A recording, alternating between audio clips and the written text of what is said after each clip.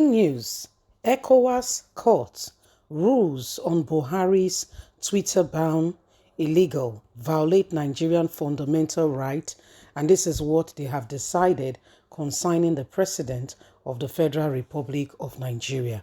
You know, there are systems in place that makes a man not take, power absolutely, because absolute power corrupts absolutely. And that's why in the system of our government, there is supposed to be, okay, the House of Representatives, the Senate, okay, and this all is supposed to be bring a balance to leadership so that whoever becomes the president do not take laws into their hands. Take, for instance, even with Buhari's illegality and all that is going on, he cannot all by himself wake up one morning, write for a loan to any nation in the world and just get that loan. That loan must first of all go through the House of Representatives, the Senate, who is supposed to see reasons why Buhari needs such a loan and give an answer to it and say, yes, you can do this, you can do that, you can, but guess what? Those people have become, a cheap play. It's not really, it's not really working. Let's get all the details. Breaking news: ECOWAS court rules on Buhari's Twitter ban, calls it illegal and it violates Nigerian fundamental rights. This is their verdict. The ECOWAS court on Thursday ruled on President Muhammadu Buhari, says he violated the rights of Nigerians when he legally ordered restriction on Twitter in June of 2021.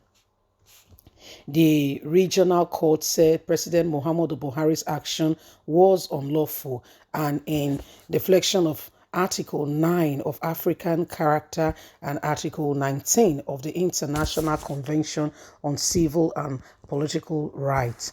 The case was instigated by different civil liberty advocates and media rights practitioners following the controversial illegal disruption of the social network giant in Nigeria that began on June the 4th, 2021.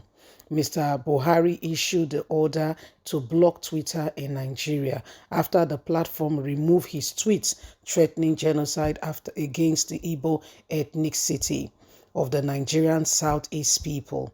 It received global condemnation and from organizations and individuals, including People Glacier, as represented by our managing editor, Samuel, filed lawsuits against Buhari. Mojiola, an Abuja-based legal practitioner, instigated the case on behalf of the group on highlighted individual damage from the unconstitutional restriction. Buhari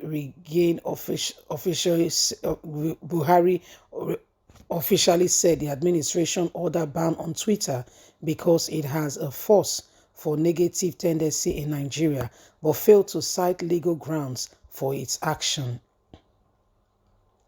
During arguments, the government raised people's eyebrow when it admitted that it's illegally violating the fundamental right of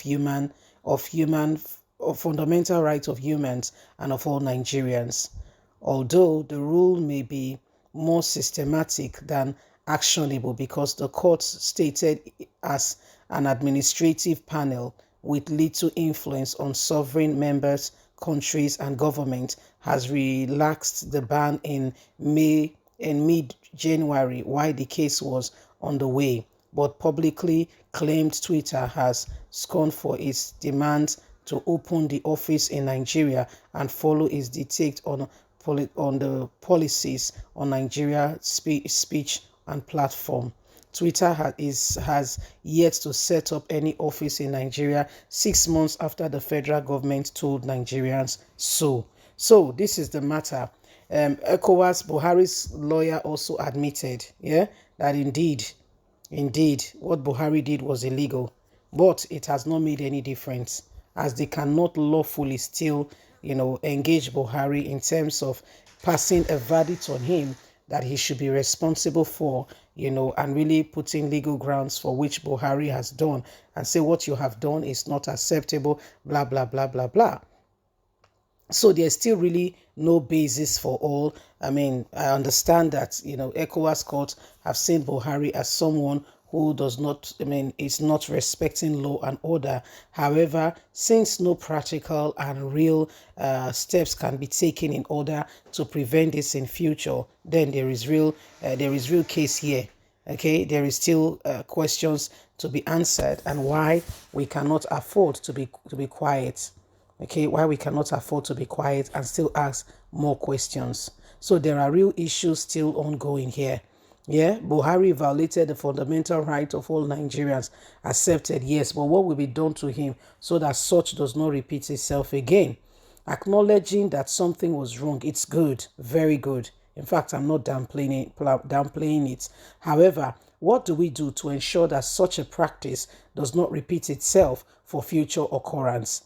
Because Buhari has done it now, and if he has gotten away with it, I can assure you another government comes trying to impose itself or forces its dictate on Nigerians will not only ban Twitter, we go after all social media because they keep Nigeria in cocoon and nobody is rising up to say there is what we call fundamental human rights. It feels very much that the whole fundamental human rights thing is on paper and not on reality, because there are really no terms and conditions on which grounds, the fundamental human right is being implemented. So how do we solve this case? Where do we go from here? How do we ensure that such does not repeat itself again? Agreed, I understand. It's been accepted. Buhari has accepted his fault.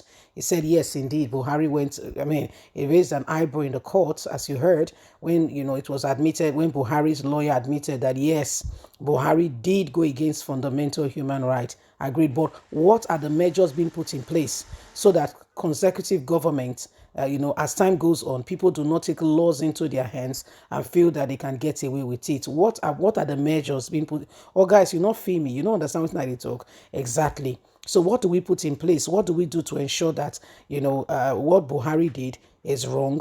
And so because of what he has done, this is the consequences of his actions. So if another government comes in place and anything happens and he wants to take such a step, there is a quick reminder of something that happened and what could possibly happen to him should he decide to toe the same line. Because if there are no consequences and actions, people will do whatever they want to do because they know they will get away with it.